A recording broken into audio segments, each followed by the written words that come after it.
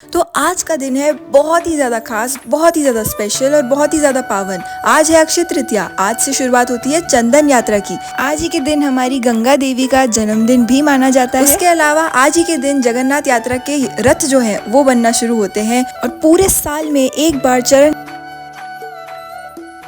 और आज ही के दिन हमारे प्यारे श्री राम राजगद्दी पर बैठे थे। और इसके अलावा बहुत सारे ऐसे कार्य हैं जो आज के दिन हुए थे। तो कुछ तो ऐसा खास होगा आज के दिन में जो कि भगवान ने इतनी सारी लीलाएं आज ही के दिन करी हैं, तो इसीलिए इस दिन को बहुत शुभ माना जाता है। और आज इस दिन को हम सब मिलके सेलिब्रेट करने वाले हैं हमारे प्यारे लड्डू लाडली और कान्हा के साथ। तो जिस तरह से हम हर साल करते हैं, हम लड्डू लाडली और कान्हा तीनों को, हमारे प्यारे बच्चों को दूध से स्नान कराएंगे, पंचामृत स्नान करवाएंगे। तो क्योंकि आज से चंदन यात्रा की भी शुरुआत हो रही है, तो इसीलिए आज हम स्पेशल चंदन यात्रा श्रृंगार करने वाले हैं। और आज के दिन हम पूरे शरीर पर अपने प्यारे बच्चों के चंदन लेपेंगे और बहुत प्यारा श्रृंगार करेंगे फूलों के साथ। तो आप दर्शन के लिए बिल्कुल रेडी रहिएगा। और लास्ट में, वीडियो के बिल्कुल लास्ट में, एक और छोटा सा जो स्टोरी है अक्षय तृतीया की, वो भी, उसके लिए भी आप जुड़े रहिए। तो यहाँ पे हमने पीले वस्त्र पर चंदन का लेप लगाकर उसको इत्र के पानी से बिल्कुल अच्छे से गीला कर रेडी कर लिया है चंदन यात्रा की ड्रेस। तो लड्डू को येलो कलर तो वैसे भी बहुत ज़्यादा पसंद है, इसलिए हमने ये सब तैयारी करी है। तो आप भी इसे इसी तरह से कर सकते हैं। और यहाँ पे मैं अपने प्यारे लड्डू के चंदन लगा रही हूँ और यहाँ पे मैं टूथपिक का यूज़ कर रही हूँ ताकि वो टूथपिक चुभे ना, इसीलिए हमने यहाँ पे रुई से उसको कवर भी किया है। तो बड़े ही आराम से यहाँ पे हमारे लड्डू चंदन लगवा रहे हैं। और आप देखिएगा जब चंदन लग जाएगा ना, तो वो कितने खुश होने वाले हैं, क्योंकि लड्डू को तो इस तरह के उत्सव बहुत ज़्यादा पसंद है। तो जैसे ही शुरुआत होती है उत्सव की, तो लड्डू के चेहरे पर तो बिल्कुल एक चमक आ जाती है। वो आप देखिएगा वीडियो के एंड तक। आप तो आज का श्रृंगार होने वाला है बिल्कुल विदाउट ज्वेलरी। तो हम यहाँ पे सिर्फ बहुत कम कपड़े और चंदन से और फूलों से श्रृंगार करने वाले हैं। तो इसीलिए मैं कह रही थी आज का श्रृंगार बहुत ज़्यादा खास होने वाला है। आप सभी भी मुझे अपने भगवान के दर्शन ज़रूर इंस्टाग्राम पर शेयर करें। मैं आपको नीचे इंस्टाग्राम का लिंक दे दूँगी, वहाँ पे जाकर आप मुझे अपने लड्डू गोपाल के दर्शन ज़रूर शेयर करें। मुझे देखना बहुत अच्छा लगता है। तो यहाँ पे हमारे लड्डू का फेस पे जो चंदन लगाना था वो हो गया है कंप्लीट।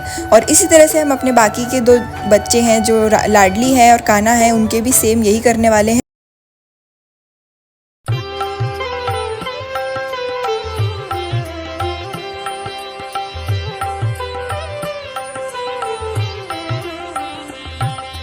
चंदन चर्चित नील कलेवर पीत वसन वनमालिन। चंदन चर्चित नील कलेवर पीत वसन वनमालिन। तो अब मैं आपको दिखाती हूँ कि भोग में हमने क्या क्या रखा है। सबसे पहले यहाँ पे आलू का पराठा है, साथ में दही, माखन, श्रीखंड, पानी, पान और कुछ फल। और साथ ही में यहाँ पे दही के साथ केसर का दूध है और लस्सी है। ये सब कुछ बिल्कुल ठंडक देने वाली चीज़ें हैं। और फ्रूट्स साबत चढ़ाए हैं, क्योंकि आज के दिन सब कुछ साबत ही भोग लगाया जाता है। चंद्रक चारु मयूर शिखंडक मंडल वलयित केशम। प्रचुर पुरंदर धनुरनुरंजित मेदुर मुदिर सुवेशम। चंदन चर्चित। तो आज के श्रृंगार को देखकर नानी का तो ये कहना था कि लड्डू ने लाडली का स्वरूप धारण किया है और लाडली ने लड्डू का। उनके चेहरे के भोलेपन से पता लग रहा है। तो क्या आपको भी ऐसा ही लगता है कि क्या ये सचमुच में लड्डू ने लाडली का और लाडली ने लड्डू का रूप धारण किया हुआ है? कमेंट्स में मुझे ज़रूर बताइएगा। लेकिन अभी फ़िलहाल एंजॉय कीजिए ये बहुत ही प्यारे भव्य दर्शन हमारे लड्डू लाडली कान्हा के फूल बंगले में बैठे हुए। सचमुच में बहुत ज़्यादा आनंद आ रहा है हम सभी को, क्योंकि इतनी अच्छी सुगंध आ रही है फूलों की, फ्रेश फूलों की। और साथ ही में भजन भी चल रहे हैं और ऊपर से लड्डू के चेहरे की जो एक मुस्कान है जो हर इवेंट को बहुत खास बना देती है, वो भी यहाँ पे आ चुकी है। क्योंकि जैसे कि मैंने बताया, लड्डू को ऐसे इवेंट्स छोटे छोटे और जो हम भी डेकोरेशंस वगैरह करते हैं वो सब बहुत ज़्यादा पसंद है। तो वो तो बस वेट ही कर रहे होते हैं कि कोई त्यौहार, कोई इवेंट आए और वो श्रृंगार करके उस इवेंट में पहुंच जाएं। चंद्रक चारु मयूर शिखंडक मंडल वलयित केशम। प्रचुर पुरंदर धनु।